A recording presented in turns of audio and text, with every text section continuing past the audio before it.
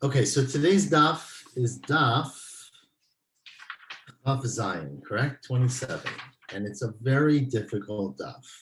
I'll say that, unlike every other one we've had. So if I may misspeak, because these things often get very confusing in one's mind, the terminology and the relationships. So please correct me if I say something that's off base. Shavua tov, Hanan. So we're going to start over here. I'm going to start from 3 lines on the bottom of Daf Chavav. I'm going to give a 3-minute introduction, but obviously if I give a full introduction, it's an hour. So we have to be careful. And the fundamental idea is simple. We're today's Daf Chav Zion. We're going to do 3 lines on the bottom of Chavav Amud Bet. Okay? Yep.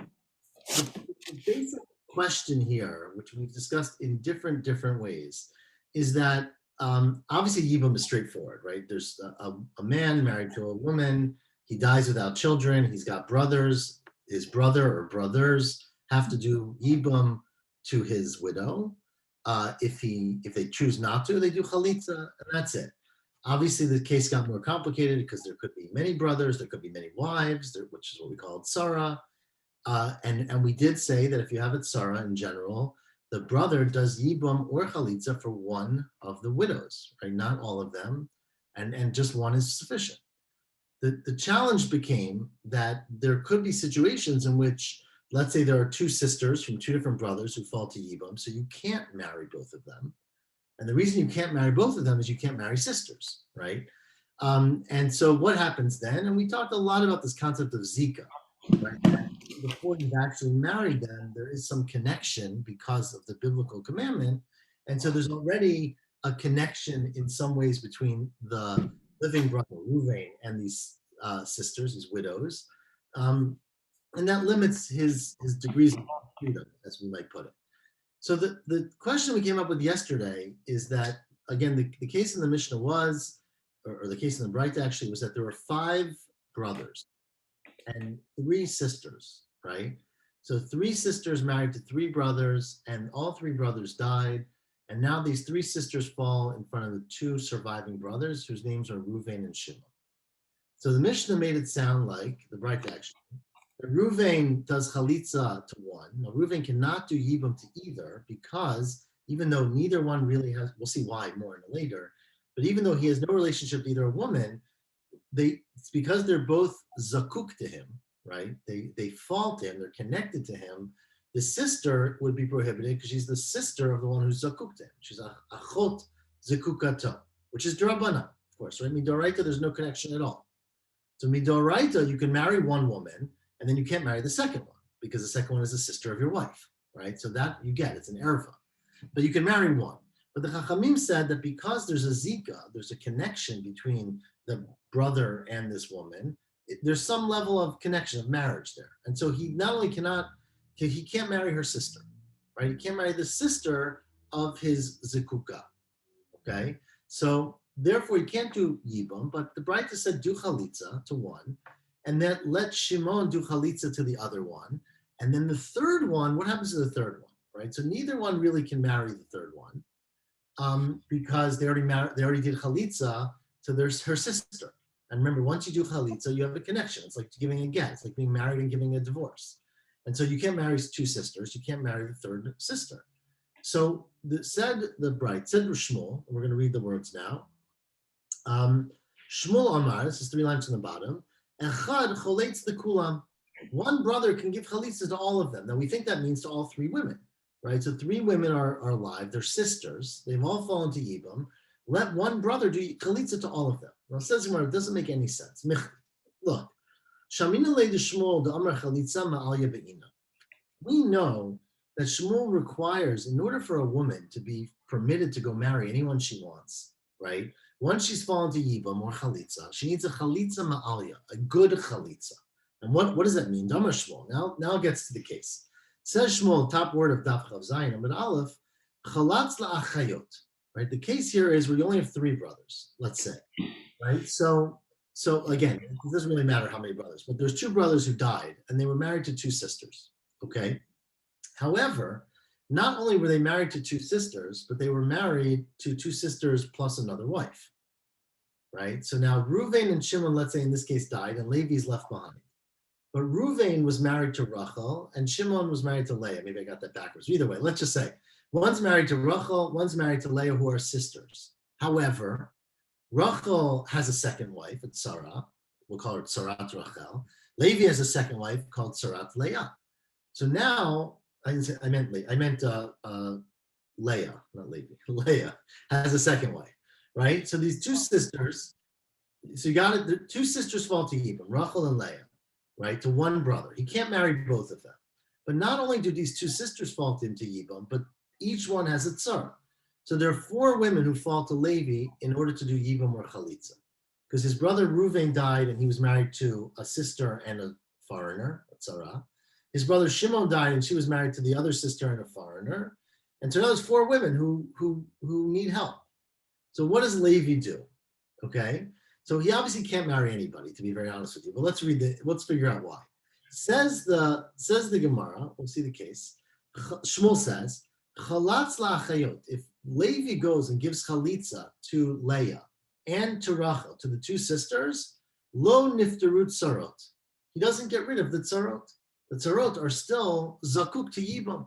And in order for them to marry outside, they'd have to get chalitza from him also. Why is that? The reason we think it is because remember that Levi in theory can marry the tzarot. They're not sisters, right?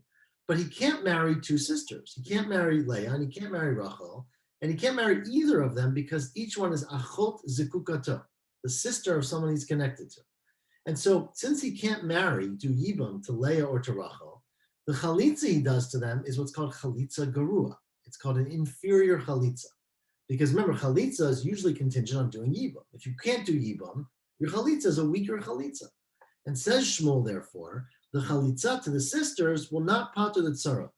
Didn't we have a principle already that if you do Yibum or chalitza to one, it paters all the tzarot? Yes, but that's so what we talked about yesterday and what Shmuel's continuing today is we that there's different levels. There's different levels of connection, right? If there's a full connection between Levi and this woman, then chalitza paters everybody. But if there's a sub-full connection or a weaker connection, and what's weaker about the connection, which is that Levi cannot do Yibam to either Rachel or Leah because they're sisters. And so therefore, remember, when you do chalitza, you say, lo chafatzti liyama, I didn't want to do Yibam. But in this case, you could do Yibam. So your chalitza is a weaker chalitza. And what we think Shmuel is saying is that when you have a weak chalitza, it doesn't take away a woman's responsibility who needs a regular chalitza. And so doing chalitza to one of the sisters will not pater the tzaros. So that's where that's what Shmuel says. So continues the Gemara. Hecha de kaima chalitza de Shimon chalitza kshera, right? Where Shimon is able to do a chalitza kshera, chalitz le Reuven chalitza psula. Why in the world, if Shmuel agrees with this principle that a chalitza geruah, a weaker chalitza is not good, so why, if there are now three sisters, which was the case that we've been discussing now, five sisters, right? Five brothers, three sisters married to three brothers, the three brothers die. So now Reuven and Shimon are the surviving brothers, and there's three sisters who are in front of them for Yibam or Chalitza. So Reuven can do Chalitza to one. He's not married to anyone's sister, right? He's not connected to anyone's sister except through Zika. Shimon can do Chalitza to another. He's not connected to anybody except through Zika. So why would you say that one brother can do Chalitza to all three? Reuven doing Chalitza to the second sister is not as good as Shimon doing Chalitza, because Reuven already did Chalitza to one sister, right? So it says, this is the Gemara's question. Last word in the first line. Hecha de kaima chalitza de Shimon chalitza kshera. Shimon can go ahead and do chalitza that's a good chalitza to the second sister. Why would we allow chalatz le Reuven chalitza psula? Why would we allow Reuven or encourage Reuven to do a chalitza that's worse, that's possible? Because remember, Reuven has already done chalitza on one sister. And so the second sister is prohibited to him because that's called achot chalutzato, the sister of someone you gave chalitza to, which is almost like your sister of your wife, in Drabanan, right? So why would Shmuel say one person should do chalitza to all three sisters? It says, well, that's not what Shmuel meant. When he said one does chalitza to all of them, he didn't mean to all three sisters. He meant to the middle one. Meaning, Reuven should do chalitza to one sister, Shimon should do chalitza to another sister. The third one, no one is stronger than anybody else because they're both already have done chalitza to one sister. And so on that one, it doesn't matter. One person should do it. What do you mean? Well, kulan kamer. What do you mean? We said one does it to all of them, not to the middle one. Kivan deruba gabe karele kulan. Since most of them, meaning two of the three sisters, have been done chalitza by one person, the word kulan implies the majority. Okay, so that's one explanation. And all Shmuel was saying is that a third person, one of the brothers should do chalitza to the middle sister, the third sister. But it's also possible, we're like 5 lines down, that Kika Amar Shmuel chalitza ma'alya be'inan. When Shmuel said that you need the best possible chalitza, meaning you need a chalitza that comes from a true connection, that's only where there's two wives, like Hanan's point. Chalitza doesn't just affect a woman to say she can go marry anyone. It affects all the other wives to permit them. So hanimili lemiftar tzarata. Maybe that's to be pater the tzara. If you have 2 or 5 women who fall to Yibam and one of them has a weak chalitza because she's her sister also falls to Yibam, midrabanan, right? If she can't do chalitza midoraita, she's pater, right? That's her first mission in the Masechet. If she's someone's mother, right, then there's no Yibam or chalitza, and not for her or the tzarot. But let's say it's only midrabanan, so it's a weaker chalitza. So there's where Shmuel said, no, you got to do chalitza to one of the other wives who has a full requirement of chalitza. Avamiftra nafsha patra, but for herself it would be fine. Meaning, if she, again, the case with the 5 brothers is 5 brothers are alive, 3 marry 3 sisters, and all die. So now, brother 1, Reuven, does chalitza to sister 1. Brother 2, Shimon, does chalitza to sister 2. But now there's sister 3, and she's stuck because she can't do anything, right? She can't marry them because they already did chalitza to her sister. So if Reuven then goes and does chalitza, it's a weak chalitza. But what Shmuel is telling us today, according to this opinion, is that that's enough. That's enough to pater her. There's no other tsar involved, and it's enough to pater her. So that's the chiddush according to the second explanation, and I think it's really very nice. Continues the Gemara Gufa. Let's go back and try to understand what Shmuel said. Amar Shmuel, again, stop me if this is confusing. I mean, or if more than confusing than tolerable. Says Shmuel, chalatz la'achayot. Again, the case is you have 3 brothers, each one marries 2 wives, but 1 pair of sisters, right? So Reuven, again, in my case, marries Leah and another wife, a tzara Leah. Shimon marries Rachel, who's Leah's sister, plus a tzara of Rachel. And then they both die. So these 4 wives, 4 widows fall in front of Levi from 2 brothers. Okay. They died at the same time? That's a good question. Let's say at the same time, but no, that's a very good question. But they're all in front of him at the same time. Okay, meaning okay, I got it. No one's done anything yet. Nobody's done it. Levi now has 4 women who are desperate to go out and get married, and he's got to do something about it. Okay, so Amar Shmuel, or be permitted at least to. Chalatz la'achayot, that if Levi goes and does chalitza to the sisters, to Leah and Rachel, lo nifteru tzarot. But if you do chalitza to the tzarot, then nifteru achayot. Okay, so that's what Shmuel said. That if you do chalitza for the tzarot in this case, then the sisters are both patur, because the chalitza to the tzarot is a strong chalitza, and the chalitza to the sisters is a weak chalitza. Continues the case. Chalatz the ba'alat haget. Now, this is a fascinating halacha, which is that remember, if a person falls to Yibam or Chalitza, a woman falls, they should get Yibam or Chalitza. But it's just like, as you recall, the Rabbanan instituted a concept of Kiddushin, which we call Ma'amar, where a brother can go to one of the women and say, I want to marry you, here's a ring, or here's a gift.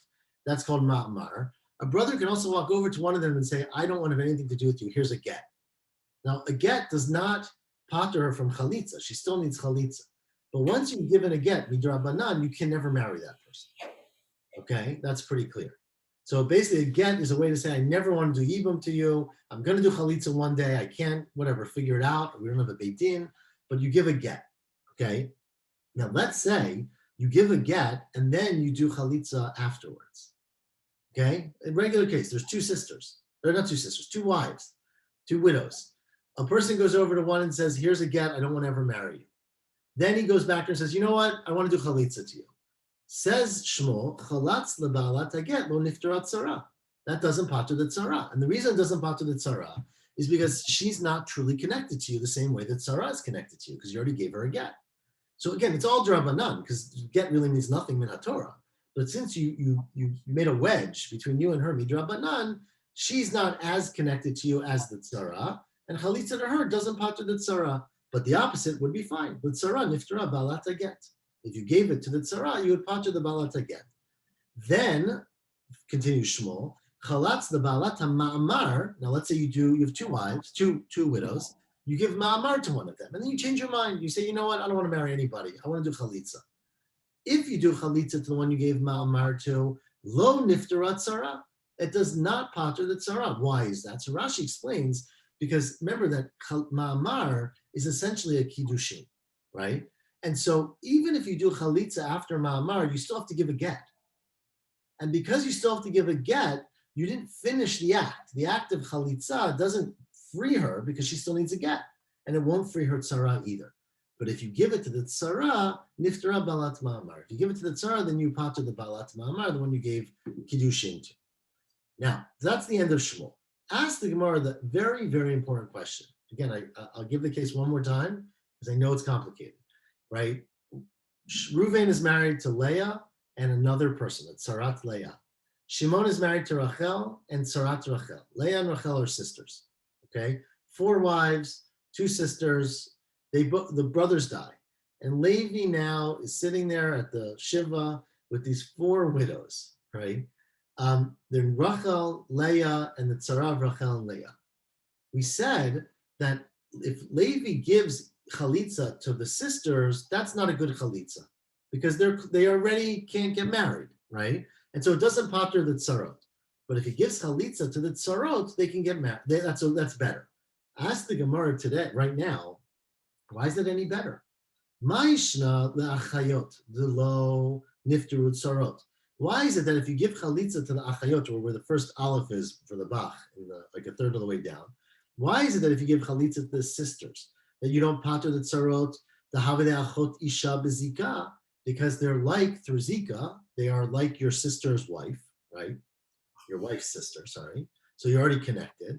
So what? The tzarot are also a problem. Remember, we learned that every time you have an erva, a tzara has the same status. So chalatz the tzarot, nami lo niftaru achayot. If you give chalitza to the tzarot, the sister wives, you shouldn't pater the achayot. The havile tzarot achot isha bezika. It seems like a tzara of a wife's sister through zika, right? Because again, if Leah and Rachel both fell to Shimon, it's to Levi, as if he's married to them through zika.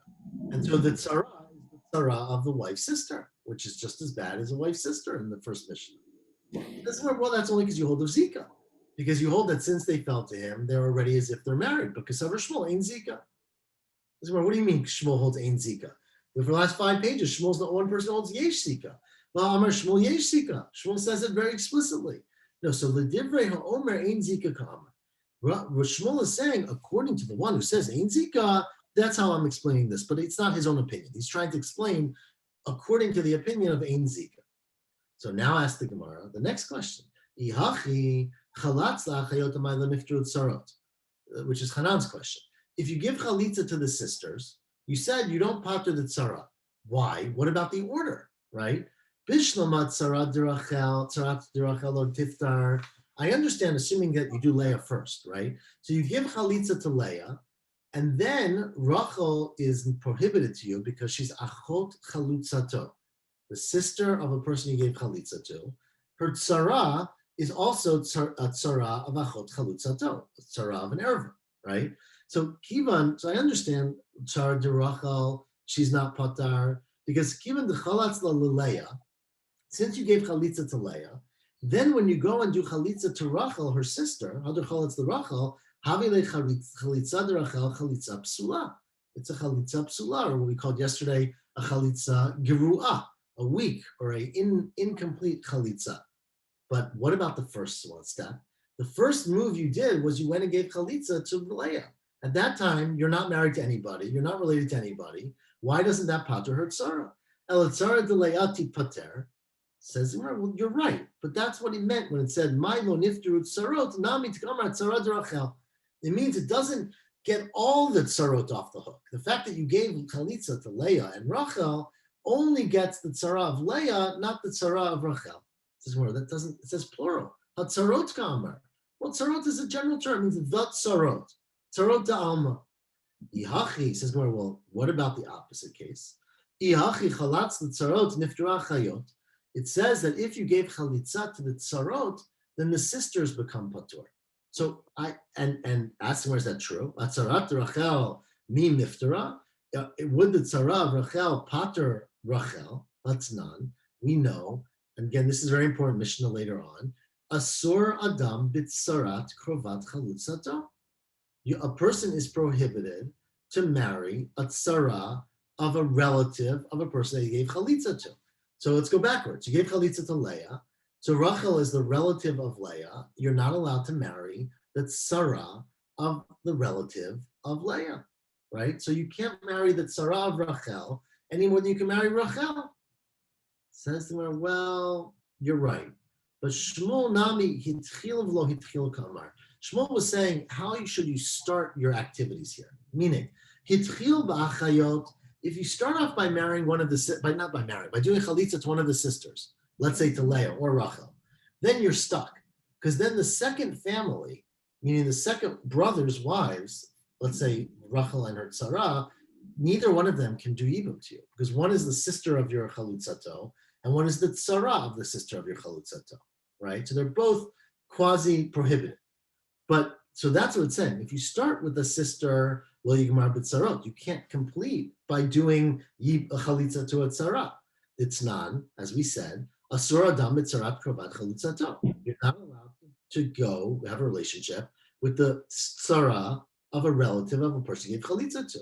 However, the opposite is hitchil b'tzarot. If you start by doing chalitza to a tzara, meaning instead of doing chalitza to Rachel or Leah, you do it to the tzara of Rachel or the tzara of Leah. So now you didn't make any problems because now there's no relationships, right? So then yigmar af b'achayot. Then you could do to the second family, even the sister. Because since you didn't do anything, like let's say you did tzara of Leah, you didn't do anything with Leah. So then you could do chalitza even to Rachel. Remember, you can't do yibam to anyone because of the problems that it looks, it's a drabana. But that's what Shmuel was saying. It's non mutar adam bikrovat tzarat chalutzato. You're allowed to have relations. You're allowed to marry or have a relationship with a krova of a tzarat chalutzato, right? Meaning, Reuven dies. He's married to two women. Again, not sisters in this case. Woman A and woman B. Let's call them Rachel and Leah, but they're not sisters. If a person does chalitza to Leah, it's as if he's married to her and he can never marry any of her relatives, right? But if he does chalitza to Leah, it's not as if he's married to Rachel. And he can marry Rachel's relatives, Rachel's sister, Rachel's mother. He can have a relationship with anyone because he never did anything with Rachel. He never did chalitza or yibam to her. Right? He didn't have to do chalitza or yibum? Yeah, assuming they're not sisters, right? Again, they're just saying two wives. But they both, okay. Here's the one. So you do chalitza to Leah, right? Rachel. Shimon? Again, sorry, I confused it. There's no brothers here. There's one brother married to two wives. He dies. There's a second brother who does chalitza to one of his widows. Right, that's what I thought, yeah. Right, so let's say Shimon. But the point is that although remember, doing chalitza to a woman, midrabanan, makes you as if you were married to that person. Right. Okay? Some of it's midoraita, but at least some of it's drabanan. So therefore, you can never marry their relatives. You can't marry their mother, let's say, or things like that. Right. But their tzara has no connection to you whatsoever. Right. Just because the person's brother was once married to Rachel, he can't marry Rachel because that's Eshetach. Right. But didn't the chalitza of wife number one pater the wife number two? Well, pater's her from having to chalitza or yibam, but he can never marry her because it's Eshetach, just to be clear. But he's not related to her, right? It's not like he ever had a relationship with her. so he can marry her daughter, or he can I marry her. understand, but he didn't have to do chalitza to both wives. Right. You only do it to one, and the patras the tzara, like you said before. But it patras the tzara, but that means that, but it patras even though there was no zika. I mean, you think of the word pater, then that means that there was a zika? Right. No? So no, even if there was a zika, it's not considered. It's true. This is a good point. It's a Mishnah later. We'll get to it, but they did not make it. We'll see it's later. That even though there is a zika, once that zika is done with, it's as if you were never connected to her. Okay. Even if there's a zika, it's a good point. So But what that- we see is that there's no obligation to do the chalitza with the sisters first. They can choose to do chalitza with the Yeah. tzara without having to think Correct. about it. Correct. Okay. So it turns out that if you do chalitza to the sister first, then when you It go to do doesn't fulfill chalitza to the the other one. second family, you have to do both. Yeah. You have to do the tzara and the sister, Mhm. because neither one is enough. But if you do the tzara first, then you could do it without doing a second. Okay. That's one shot. Rav Ashi now says a third shot, Kiddika Alom, Kiddika Amred. It's actually the way you said it initially. And that even though we said that doing chalitza to the sister of the one you already did chalitza to is not a strong chalitza, the tzara would be fine, even though the tzara is someone you can't have a relationship with. Because says Rav Ashi, the lo alima zika l'shavia ketzarat erva, l'shvuya ketzarat erva. Zika is not so powerful that it turns her into a tzarat erva. So that even though there is a zika, I mean, there is a not a zika, there is a zika. Sorry, to all four of these women, it doesn't make it as if it's a tzarat erva. And in fact, Tanya Kavatei Rav Ashi, there's a brayta that supports Rav Ashi because a brayta says chalatz la'achayot l'niftaru tzarat. It says if you do in the brayta, if you do chalitza, this is what Shmuel said, but now brayta says it very explicitly. If you do chalitza to the sisters, that doesn't pater the tzarot, but halit tzarot niftaru achayot. But if you do chalitza to the tzarot, it explicitly says that it paters the sisters. My taima, why? Lav mishon de kasavar yesh zika.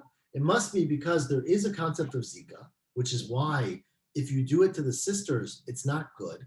Because since Levi has now in front of him for Yibam or Chalitza, two sisters, Rachel and Leah, and two tzarot, since Rachel and Leah are both related to him because they have zika, he can't do Yibam or strong Chalitza to either one. So that's why if you do Chalitza to them, it's not strong enough for the tzarot. So clearly he holds yesh zika, because if there's no zika, there'd be no connection. But also, the fact is you can do Chalitza to the tzarot because although there's zika, it's not strong enough to make them into an erva, right? Yesh zika, where am I? V'lo alima zika l'shviya kitzarat erva. Says Rabbi Ramama, well, that's not a proof at all, because it could be that Hamani Beit Shammai. It could be, in fact, that this Mishnah that you're just quoting to me, or Brayta, is Beit Shammai, because if you recall, Beit Shammai only matirin atzarot lachim. Beit Shammai holds that there's no zika, and we had this machloka before. Beit Shammai doesn't even hold of zika, so if there's no zika, then the sisters can just marry the brothers. Again, in this case, there's only one brother, but in Beit Shammai's case, in this case, there are two brothers too. I take it back. Right, there are 5 brothers, 3 died, and there are 3 sisters, or in the case we're quoting now, there might be 1 brother. But the bottom line is that in Beit Shammai's case, there were 2 brothers who had 2 sisters. Beit Shammai said you can even marry them. There's not a problem because there's no zika. There's never zika, the whole concept? Ask the Gemara, that's what we said earlier. So then just do Yibam. Right? If there's no zika, then let the 2 brothers marry the 2 sisters. Don't tell me that the brothers can do chalitza to the sisters and pater the tzarot. Let them just marry them. Oh, this is what we had earlier. Rabbi Yochanan ben Nuri. The Amar, we had this 2 weeks ago. If you recall, Rabbi Yochanan ben Nuri said we should make a takana because we want everyone to marry everybody, right? And Beit Shammai holds that you can go ahead and marry these 2 sisters. Beit Hillel says that's an Isser Doraita of marrying a woman's sister, and the kids are mamzer, right? And so therefore, unfortunately, if you live in this neighborhood, your kids are mamzerim to someone who lives in another neighborhood. So said Rabbi Yochanan ben Nuri, let's make a takana. Don't ever actually do it. Don't marry them. Just do chalitza.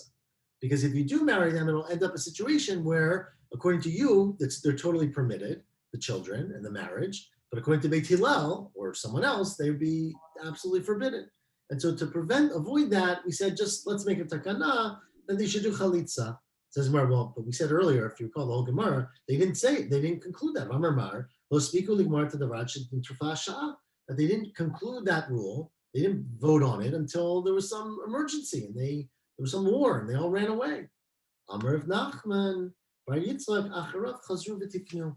But even though they didn't get to do it at that time, at a later point, because this was really a desire to sort of, even though Beit Shammai said you can marry them, you can do Yibam, we didn't want to have a situation where if you followed one psak, you were having kids that were totally permitted, but according to another group, they were, totally prohibited.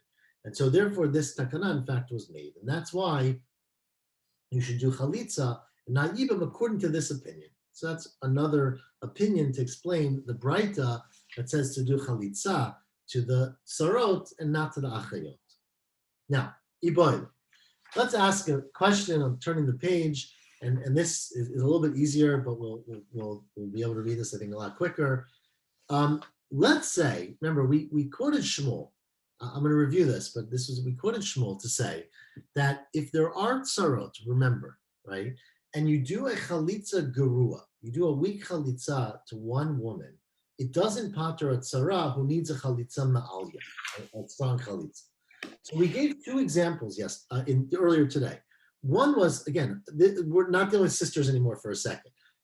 Regular situation. Reuven dies, leaves two wives to Shimon, okay? They both have completely fall to Shimon. They have a real zika, a strong, regular, normal connection. Shimon can do yibam or chalitza to either one and pater the other. But he's a fool because he doesn't want to do that. So instead, he goes to one of them and does what we said, ma'amar, right? So we said if you then do ma'amar, if you then go back and do chalitza to that woman, it doesn't pater her tzara because you still need a get. So it's not a full chalitza, right? But if you do chalitza to the other wife, to the tzara, that's good enough. And then we said, if you gave a get to one of the women, we said this case first, if you gave a get to one of the women, right, then you give chalitza, that's also not good enough because since you gave a get, you weakened your bonds or you could never really marry her, but you can marry the sister, not the sister, the sister wife, you can marry the tzara, and therefore your connection is stronger, right? So we said in both cases, if you gave a get or if you gave ma'amar, you no longer can do chalitza to that woman and pater her tzara, okay? But ask the Gemara, what if you gave get to one and ma'amar to the other, right? So, Hanan, I knew you were going to ask this question. It was coming up. Says the Gemara, Iboilu, balat haget, ubalat ma'amar, ezemehem kodemet. Which one is more, now let's say kodemet means which one is more powerful, meaning which one should you do chalitza to first, right? Because remember, the strength of chalitza determines who should go first. So one got a get, one got ma'amar. What do you do? So one thought is, in the second line, balat haget adifa, mishum da'at kaba b'chalitza. You're actually the balata get, you already started the process of chalitza, basically. You went step one, which is I'm giving you a get, now I'm going to do the chalitza and break the relationship. So do that. Odilma, balat ma'amar difa, mishum dekrova lebiyah. Well, the ma'amar, you almost consummated the relationship. Almost. Not quite, but almost. So maybe you're closer. So Amar Ravashi says, Ravashi, well, I'll prove it to you from a Braita. Tashma. The following Braita. Now, this Braita is great as well, because it's another complication in a couple of 20 pages. But there's a whole question later about this get. Remember, I mentioned the get, which is a new concept. I don't think we mentioned it before today. But the interesting thing about a get is that a get, although obviously it's a document that says we're not connected, in some ways it connects people, right? Because let's say there's a brother who's got 3 wives from his deceased brother who fought him to Yibam, and he gives a get to one of them. He's now a relation to her because she's basically his divorcee, right? And he therefore cannot midrabanan. Remember, midoraita, there's no such thing as a get. They're not married. So it's like giving a get to a random person on the street. But midrabanan, it's like a zika, and there's some marriage there, and he gave a get. So by giving a get to that person, he can now never marry her relatives, midrabanan. I mean, if I give it to a random person, I can't marry that person's relative? Because there's no connection. The get's nothing. But if you gave a get, if someone gave a get to a woman who fell to them to Yibam, oh, okay, right. Then, so now this is very relevant because what if there are 3 brothers and 3 women who fall to Yibam? So brother A gives a get to woman number 1. What if brother 2 now goes and gives a get to woman number 1? also. Can he marry her family? Does it matter? So Rabbi Gamliel says later, again, these are probably questions everyone's going to keep you awake at night. Says the Gemara, Moda Rabbi Gamliel, this is the context. Says Rabbi Gamliel, Yesh get achar ma'amar. There is get after ma'amar, meaning if one brother goes to a woman and says, I want to marry you, and then he wakes up the next morning and changes his mind and gives her a get, it's a real get, midrabanan, right? That he can't now marry her family, her relatives. And there's ma'amar achar get. There's also a concept of ma'amar after a woman's gotten get, right? It could also be if it's a different brother, right? That's one case. Says the Gemara, or it could be also different tzarot, right? Meaning, let's say there's three women who fell to him for Yibam. He goes over to woman number one and gives her a ma'amar, okay? Then he goes to woman number two, or wife number two, or widow number two, and gives her a get. So you might think that get doesn't do anything because he already gave ma'amar to one of them. Says Rabbi Gamliel it does, okay? That's really his case there.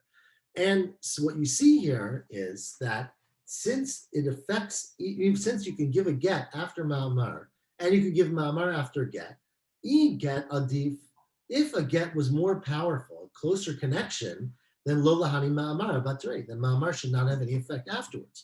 Ma'amar adif, if ma'amar was more strong than a get, lo lahani get abatrei, then you should be able to give a get afterwards. Elalav shmamina kiadadin shmamina.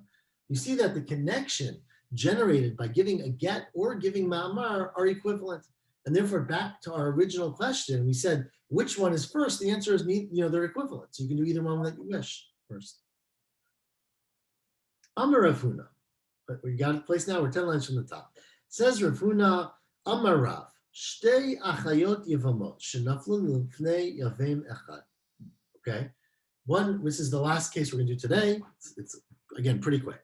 Two sisters who are Yevamot that fall in front of one Yavem. Okay, straightforward case for us by now. Three brothers, Reuven, Shimon, Levi. Reuven and Shimon marry sisters, Leah and Rachel, and Reuven and Shimon die, and now they both fall in front of Levi. So remember, we said these are sisters. Levi cannot do Yibam to both of them. He's supposed to do Chalitza to both of them, but thankfully, or not thankfully, right? Where are we? Chalatz the Rishona Hutra. Right? If Levi goes and does chalitza to the first woman, she can go marry anyone she wants. She's normal chalitza. She's great. Chalatz the shnia hutra. He does chalitza to the second one. She can go marry anyone she wants. Okay, that's not a chiddush. Except the Kohen Gadol. What? Except the Kohen. Correct. Kohen, yeah. But mate, because it's like a gusha. Right? Meta rishona. If the first one dies before he's done anything, then mutar b'shniya. Then he could marry the second one, because although they are sisters, one's dead, right? So basically, he can marry her. Right. And certainly, if the second one dies, he can marry the first one. Now, why is that certainly? She would be in the category of a woman who is a person's yevama, shehutra, right? When Reuven died, Levi and Shimon, who are not Shimon, Levi can marry Reuven's wife. He should marry Reuven's wife, right? The problem only is that Shimon then died, and therefore Shimon's wife, Rachel, fell to Levi. So now he can't marry Reuven's wife because he's got Zika to two sisters. But before Shimon died, he was perfectly permitted to marry her. So then he was Hutra, then Ne'esra, then she became prohibited because Shimon died. And then when she died, Chazra v'Hutra. So then, right? She goes back to her first heter. And Reb Yochanan says, this is fascinating, that Meita Shni'a, if the second sister dies, meaning the second sister to fall to Yibam dies, Mutar b'Rishona. Aval Meita Rishona Asur b'Shni'a. Says Reb Yochanan, a tremendous innovation. That again, Rachel and Leah, I keep doing the order backwards, Leah and Rachel are married to Reuven and Shimon. Reuven dies, right? And now Levi is supposed to do Yibam to Leah. But before Levi can do Yibam to Leah, Shimon dies. And now Rachel falls to Levi. So Levi can't do Yibam to either Rachel or Leah because they're both are zakuk to him. But then Leah dies, right? So now everyone's dead. It sounds like they have some disease, right? Everyone's dead in the family except for Rachel. So now you would think that Levi can marry Rachel because she's falls into Yibum and she's not related. Her sister's dead. Says Rabbi Yochanan he cannot marry her. Rabbi Yochanan says, why can't he do it? If Leah dies in the Rishonah, Asur B'Shniya, my timer, Shekol Yevama she'ein ani koreba b'shat nifila, Yevamo yavo le'ah harei zu ke'eshet ach sheyesh lo banim v'asura. I'm sorry, I read a lot of words. Any Yevama who at the time that she falls, the time her husband dies and she falls to Yibum, the brother cannot marry her, then she never gets the status as a Yevama. And since at the time that Shimon died and Rachel fell to Yibum to Levi, Reuven had already died. And so Leah had already fallen. He cannot marry Rachel because he's already married. He already has to do something about Leah.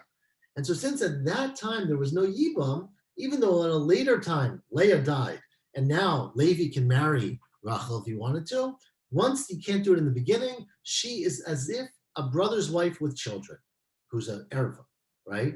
It's as if a brother's wife that doesn't fall to Yibum. And so therefore he can never marry her again.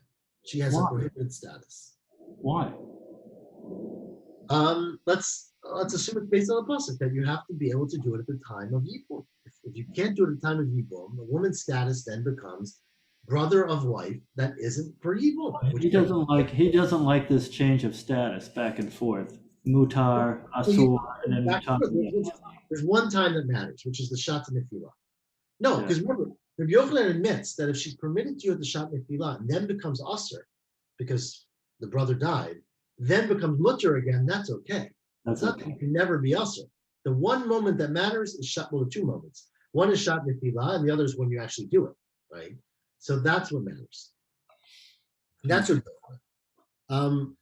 it says Gemara, is it, but Rav, let's lay high Sfar. Does Rav not agree with that Sfar? Rav, we have a quote from Rav, Kol Isha she'inani koreba, any woman in which I can't say about her, b'shat nefila, at the time that she falls to Yibam, I mean the time that her husband dies, Yevamo yavo aleh, that the Yevama can sleep with her, can marry her, Harehi ke'eshetach sheyesh lo banim v'asura, then she is like an Eshetach who has children, and therefore, obviously, if Reuven dies and has children, no one can marry his widow, or none of his brothers can marry his widow.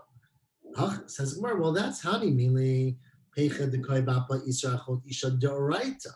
Well, Rav said that when there's an Isra Doraita. But remember, this whole case of Achot Zekukato is only Drabanan, right? Because he's not married to either sister in reality, Levi. He just has Zika to these sisters. Avahacha Zika Drabanani, and therefore he doesn't say it.